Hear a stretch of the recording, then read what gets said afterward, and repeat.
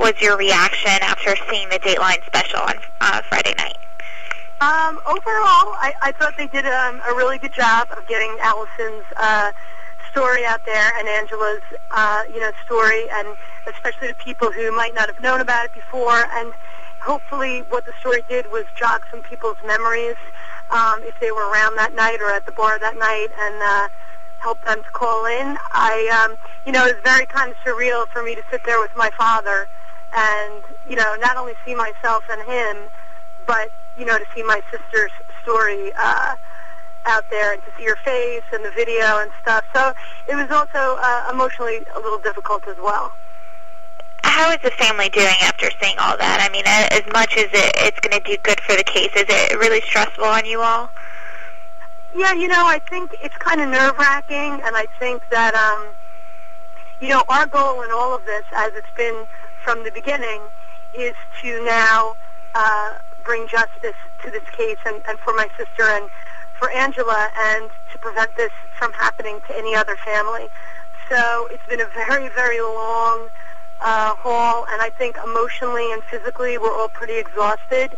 But we know that this is just another step on that journey to ultimately having final resolution. So, I think as far as that goes, even though we're tired and emotionally we've been on this roller coaster, we need to see this through to the end. And I think this Dateline story is going to help with that. Well, what I'm hoping, and I think this was the police's goal too, is that, look, somebody really knows what happened that night. The bar was full. There were people all around. And either people in that establishment lied that evening or for some reason were afraid to see what they saw.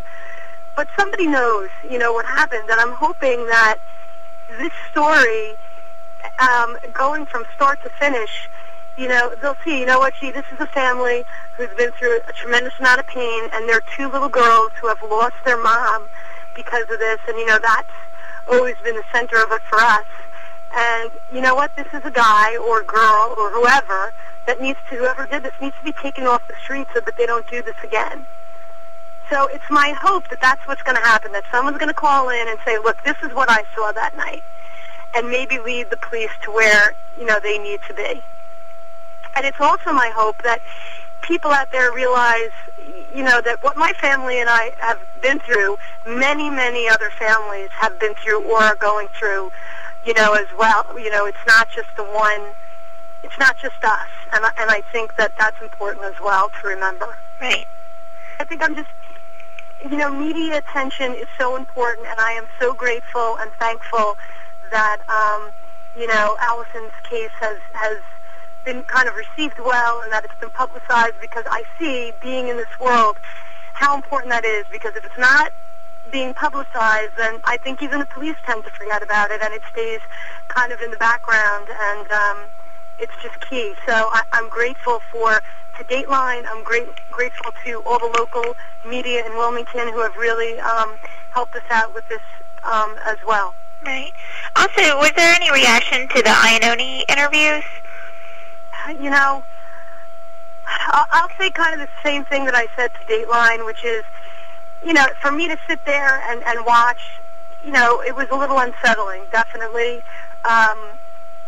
If he's not the guy, then he's not the guy. But, somebody somewhere did this, and I just, search warrants were executed, houses were looked through, and that it's all mind-boggling to me how it seems like we could come so close, and then for everybody to say, oh, well, this, now we're going in a different direction. So I'm just as puzzled, really, as everybody else is. And all I want is the truth. I certainly don't want someone, going to jail who hasn't done something.